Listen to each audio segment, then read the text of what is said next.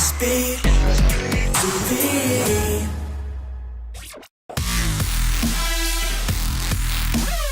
Hi, it's Julia Hardy here for SBTV Games and Gadgets. At E3 we got a first glimpse of Sony's PlayStation 4 and its capabilities, but also going up against Microsoft's Xbox One.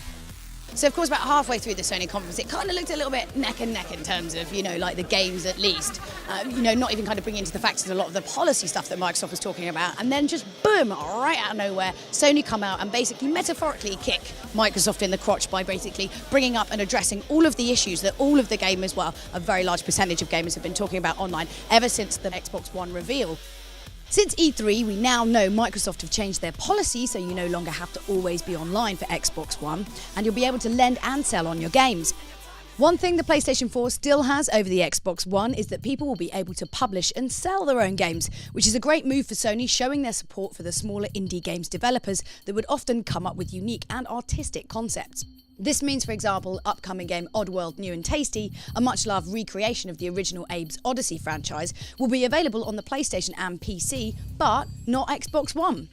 Oddworld New and Tasty was created because of the huge number of online fans of the series, and they asked the creators for more, so they've self-financed the game. They then come out with the price, which is a whopping huge difference of like £349 to £429. So of course that's a massive difference in the price, but you know what, we're here to see the games, so let's go and take a look around. First up we have the Playroom here, which is showcasing obviously the PS4's new camera capabilities. So we've got some chaps down there playing on the couch. You're going to be able to have a look at some of the games that they're going to be playing. The Playroom shows off a series of augmented reality mini-games. It uses the PlayStation Eye camera to track the movements of the light bar at the front of the new DualShock 4 controller, which looks a little bit something like this.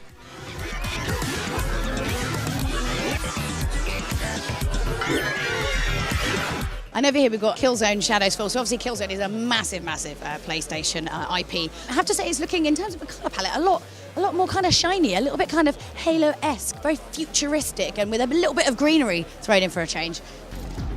Killzone Shadowfall is a lot more colourful and very different looking to previous games. The game takes place on large non-linear maps, letting you choose the order you complete objectives. You can use the touchpad on the new DualShock 4 controller to activate OWL skills you'll need to survive, such as shield, zipline or shock attack.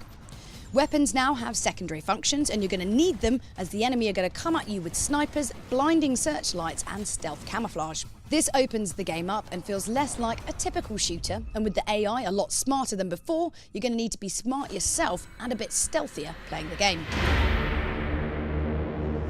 We're just going to kind of circumnavigate these guys right here. So as you can see, they do like their cubes. They do like their cubes here.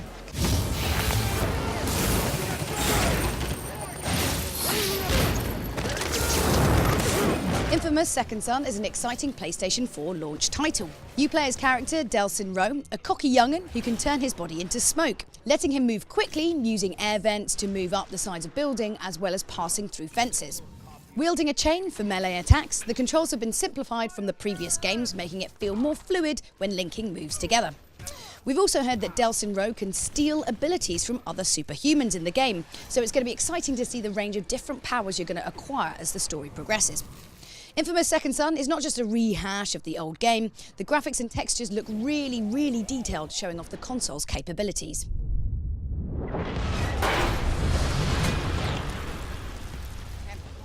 So of course you've got Gran Turismo here. Where would a PlayStation launch of anything be without their baby? Gran Turismo 6 will feature 71 layouts of 33 tracks and an impressive 1,200 cars. Demos for the game will be available to try on July on the PS3, and although they haven't confirmed if there will be a PS4 version yet, there are rumours that it is under consideration. Of course, there's a huge host of racing games coming out. Not only do we have obviously Gran Turismo, you also have like Drive Club, then you've got Ubisoft's The Crew, you've got Need for Speed The Rivals, and of course Forza 5 as well. So there's quite a few. Obviously they're going to be slightly staggered release, they're not all going to come out at the same time, but I don't think anyone's ever going to stop loving driving around in very sexy cars. I know I won't.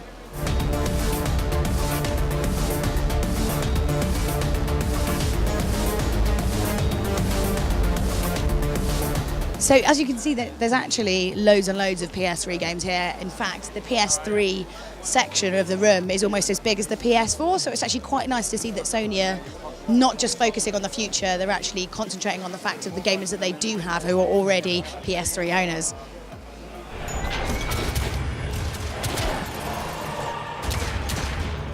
Another Sony exclusive game that's caught our eye is The Order 1886. At this stage, we know very little about the game, but we do know that it's a third-person action-adventure set in an alternative Victorian London with high-tech weapons.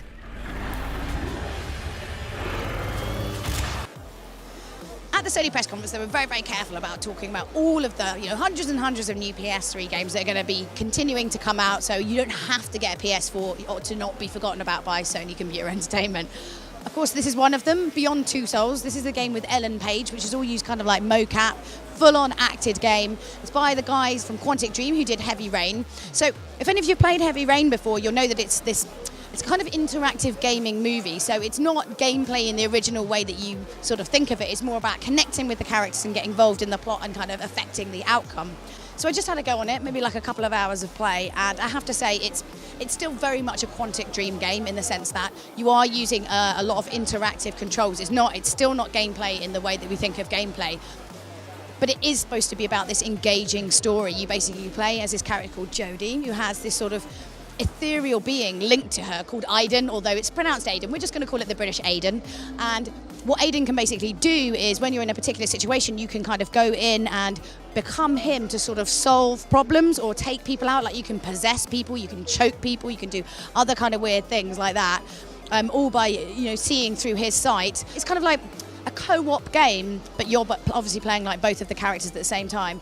You can't just sort of like jump in and really get a feel of it, because it is about connecting with the characters, it is about getting involved, and it is about having some quite heartfelt moments. And there was actually a point in that, I know I'm a girl or whatever, but I nearly cried. There was quite an upsetting moment in that game, I have to say.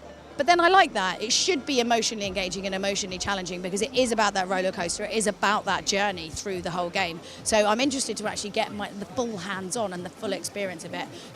If you love a good story and you want to sort of get involved and affect the outcome of these characters, then you definitely need to pick it up.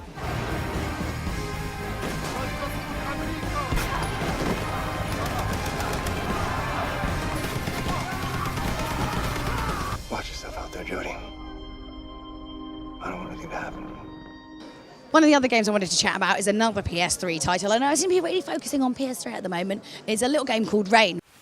The premise of this indie feel game is that you're a boy that's invisible and you can only see yourself when you walk in the rain and your body gets wet.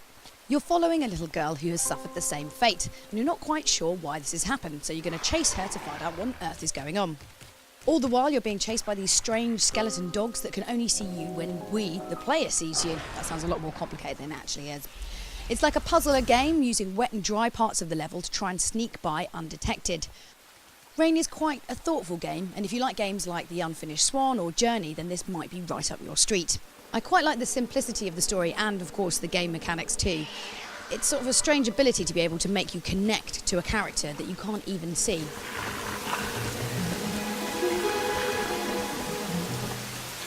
Well, that's all the time we've got from the Sony meeting rooms here at E3. We'll be bringing you more videos from E3, so don't forget to hit subscribe so you don't miss out on any. This is Julia for SBTV Games and Gadgets. Subscribe to SBTV to keep updated on the latest releases and check out more of our videos below.